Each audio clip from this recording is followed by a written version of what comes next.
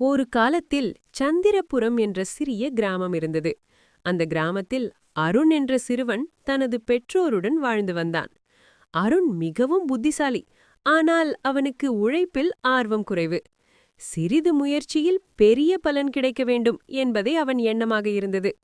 அருணின் தந்தை விவசாயி. வெயிலையும் மழையையும் பொருட்படுத்தாமல் தினமும் வயலுக்கு சென்று கடுமையாக உழைப்பார். தாய் வீட்டில் வேலை செய்து நேர்மையுடன் வாழ்வதே வாழ்க்கை என அருணுக்கு சொல்லிக் கொடுத்தார்.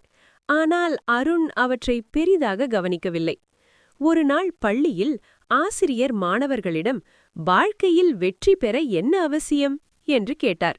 சிலர் அறிவு என்றார்கள், சிலர் பணம் என்றார்கள்.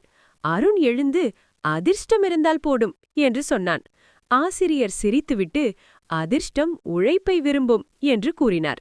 அந்த வார்த்தைகள் அருணின் மனதில் ஆழமாக பதியவில்லை. ஒரு நாள் கிராமத்தில் பெரிய மரத்தடி அருகே முதியவர் ஒருவர் அமர்ந்திருந்தார். அவர் கிராமத்தார் அனைவருக்கும் மதிப்புக்குரியவர்.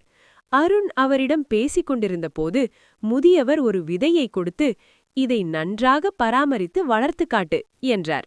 அருண் அந்த விதையை வீட்டின் பின்புறத்தில் போட்டுவிட்டு நீரூற்ற மறந்தான். நாட்கள் கடந்தும் செடி முளைக்கவில்லை. அருகிலிருந்த ரவி என்ற சிறுவன் தினமும் தன் செடிக்கு நீரூற்றி களை எடுத்து கவனமாக பராமரித்தான். சில வாரங்களில் ரவியின் செடி பெரிய மரமாக வளர்ந்தது. அருண் வருந்தி முதியவரிடம் சென்று, என் விதை வளரவில்லை என்றான்.